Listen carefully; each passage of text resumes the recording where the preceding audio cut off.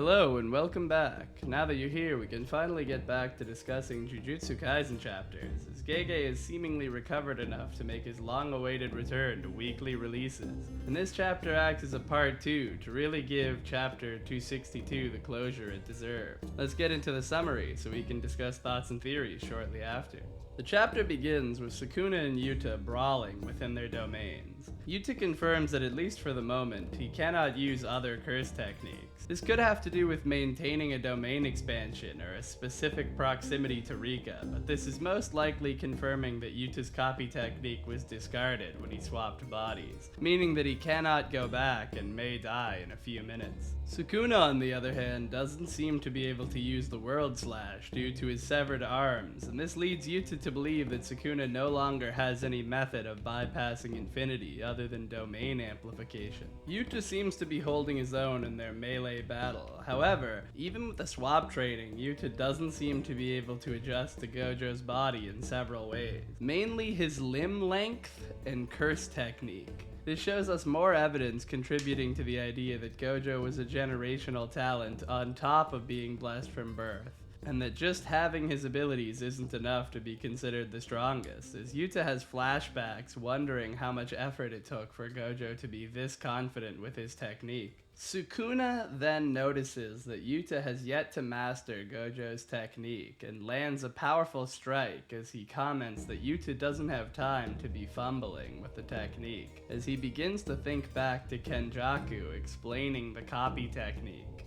And essentially, Sukuna accurately guesses all there is to know about the technique, and comes to the conclusion that he can't use anything other than Limitless right now. And based on the context of the panel, it seems to imply that Sukuna assumes Yuta intends to blow himself up like Gojo did at the end of their fight, as he begins to charge Hollow Purple. As Yuta flashes back to Gojo teasing him for his sloppy cursed energy control, Sukuna is determined to prevent him from using Hollow Purple and begins to oppressively attack him while he tries to use his chance to power up Hollow Purple.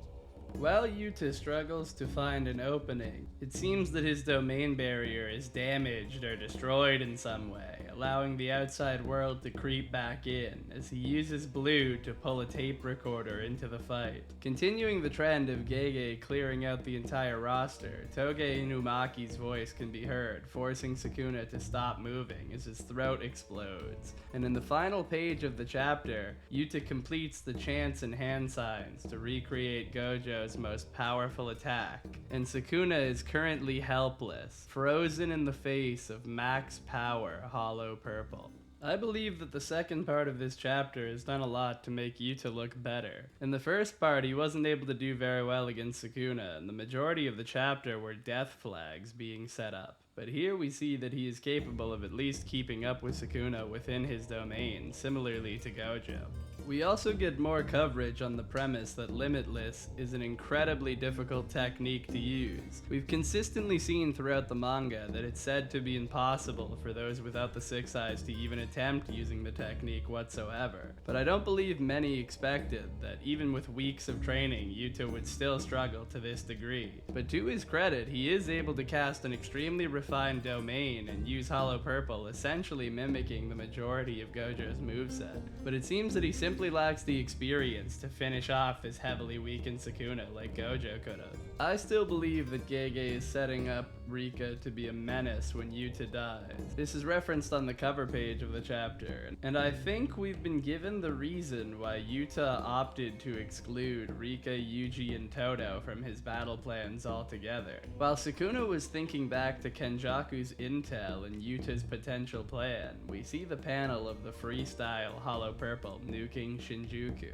This leads me to believe that Toge and Yuta are doing some sort of suicide bomb strat, and Yuta most likely moved the coordinates of the barrier and planned this from the start, similarly to how he and Maki pulled off the same maneuver earlier. Speaking of barriers, it isn't very clear what exactly happens at the end of this chapter regarding Sukuna's domain. We see the bull skulls in the background seems to still be unlimited void, but Inumaki somehow enters a barrier the size of a basketball and isn't affected by either domain, so the exact mechanics of the domain clash aren't very clear to me at least. So I'd appreciate anyone with a solid interpretation to let me know their thoughts in the comments. Did Yuta's barrier break? Did Toge get teleported in by Todo? Let me know your thoughts. We also get no solid answer if Sukuna is protecting himself with his domain or using Megami Soul or an entirely different method to avoid Unlimited Void. In order to destroy the barrier, he usually focuses his attacks on the outside, so he shouldn't be able to protect himself in theory, but perhaps Yuta's domain has slightly different properties than Gojo's did.